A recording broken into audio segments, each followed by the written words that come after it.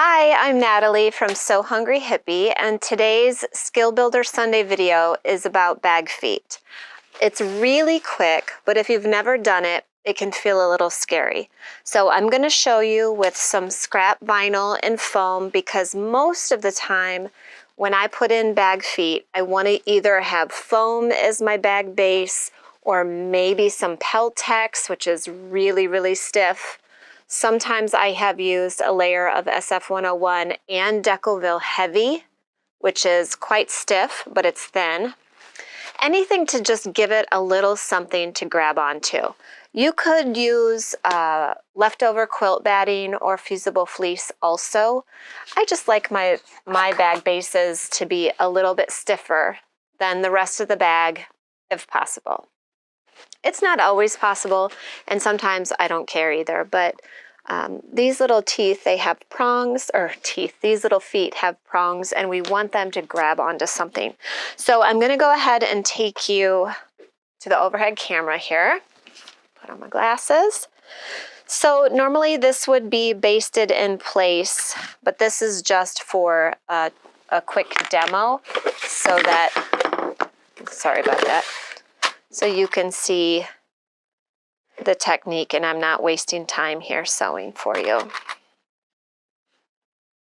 Okay, so I'm just going to clip these on. Pretend this vinyl is basted to the foam. That's all. I'm going to trim this down so it gets a better grip. So bag feet you put in before you finish the bag, before you would sew the lining closed and all of that, because you don't want the prongs to show on the inside of the bag, on the inside of the lining. So you would be working with the outside of the bag and it's interfacing on the wrong side. The lining would not be anywhere near us yet. So I'm going to act like the pattern is telling me, put it, let's do 3 inches from the left, 3 inches from the right, and so I do my little marks, and then usually they'll tell you and 1 inch up from the bottom or something like that. And I absolutely turn my piece around and do all my measuring and marking before I grab that scalpel. And I would definitely use chalk or a friction pen or something that is not permanent, okay? I would not be using a table pen like this, but I just want it to show up. So these little bag feet, our So Hungry Hippie bag feet come in a pack of 4. And as you can see, they have these leg things, and you just kind of slip your nail in there, and you can pry them open really easily, like this, okay? But you don't want to do that until you've pushed them through the spots. So when I'm marking my hole, I use a scalpel, or when I'm making the slit for the prong legs, I use a scalpel and I don't do anything other than press it in. I don't rip up or down or anything like that. I'm going to put my point of the scalpel right through that center, and I just go in. And that gives me a slit big enough to get through, but it's not huge. And so then I can flip it over and splay the legs like that. Okay, I'm going to do that to all 4, and then I like to cover the legs with either a piece of tape or a scrap piece of fusible like SF101. But have I used just tape in the past? Yes, absolutely, many times. And it really doesn't do anything other than prevent the legs. See, now I shouldn't have opened those. It prevents the legs from scraping against the fabric on the inside of the bag. Like, I don't want those messing with my lining in any way, so that's why I cover them. And you can see I just go in a bit, just enough to get those legs pushed through. And you do need to see how my legs bent right down at that mushroom cap. You need to make sure that when you're doing this hole, it's going through that interfacing on the back. Can you see that? If you don't cut your interfacing, it'll fight the legs on your prong and possibly break it, because those prongs are not super strong. The mushroom cap is what is meant to be strong.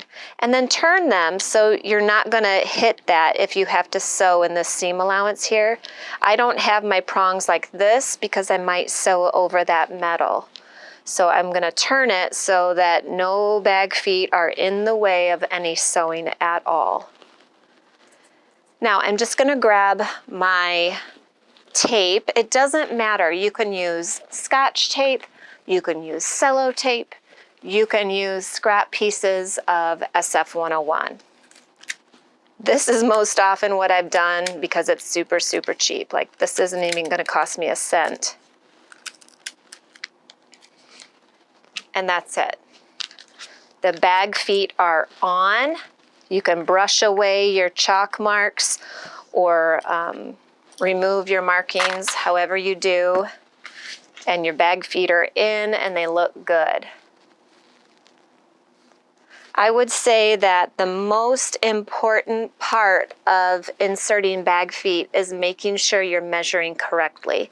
So before you take that scalpel out, measure and then check your measuring again before you punch holes, because they're really hard to fix if you do them wrong. I did one of these incorrectly. This one is a little too close to the seam. So, you know, I make mistakes all the time. Now, I would never point that out to somebody because they're probably not going to notice. But just so you know, I've done it too. I've been guilty of not measuring twice. So this is through Moonglow Vinyl and foam. You can do this for quilting cotton, canvas, waterproof canvas, any of the vinyls in my shop, from soft vinyl all the way up to faux leathers. Anything. The only thing is, if you're trying to put bag feet in a clear vinyl, there's no way not to see those prongs when they're splayed. So just keep that in mind. Maybe you care, maybe you don't. The bag feet do protect the vinyl, the cork, the canvas, whatever you're using on the bottom of your bag, because they are what is hitting the surface when you place your bag down. So, there you go. If you have another way of doing it, it doesn't mean you're wrong. This is just the way I do it. So carry on.